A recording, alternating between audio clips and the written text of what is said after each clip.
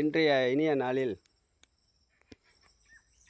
சிவபெருமானின் கோர தாண்டவம் பற்றிய விஷயங்களை தெரிந்து கொள்வோம். இதற்கு முன் உள்ள காணொளியில் ஆனந்த தாண்டவம் பற்றி சிக்காகோ சிட்டியில் நடந்த விஷயத்தை தெரியப்படுத்தினேன்.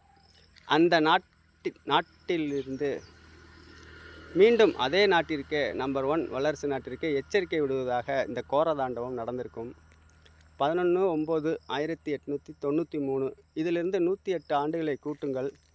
11/9/2001 வரும். அதற்கு பிறகு 11/9/2109 வரும். இப்படி இந்த 108 சிவனின் தாண்டவங்களானது பூமியில் போய்கொண்டே இருக்கும்.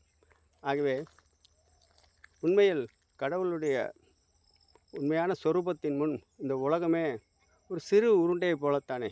அப்போ டாப் 10 வல்லரசாக இருக்கட்டும், அணு ஆயுதங்களை குவித்து கொண்டு மற்ற நாட்டுகளை அடிமைப்படுத்துவது, ஆணவ போக்கோடு இருப்பது, இவை அனைத்துமே இறைவன் கண்ணோட்டத்தில் ஒரு தூசியை போலதான், ஒரு கடுகை போலத்தானே இருக்க வேண்டும்.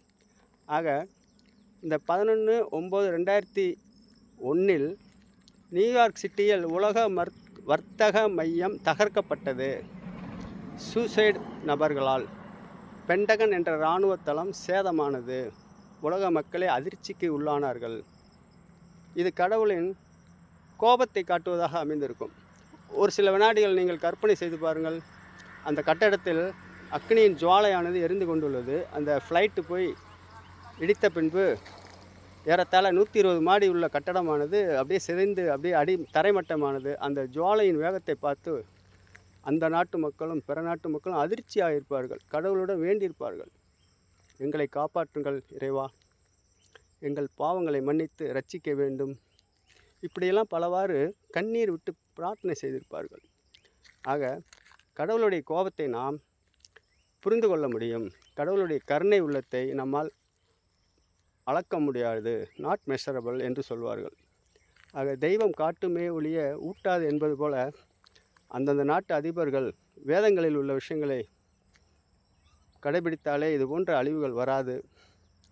ஆக ரஜோகுண தமோகுண மக்களால் உலகம் அழிந்து விடக்கூடாது என்பதற்காகவே இறைவன் சத்துவகுண மக்களை காப்பாற்ற வேண்டும் என்பது நோக்கத்தில்தான் அழிவிலிருந்து ஆக்கங்கள் நடைபெறும். இதை சிவபெருமானின் கோர தாண்டவம் என்று சொல்லலாம். அடுத்தடுத்து பார்ப்போம்.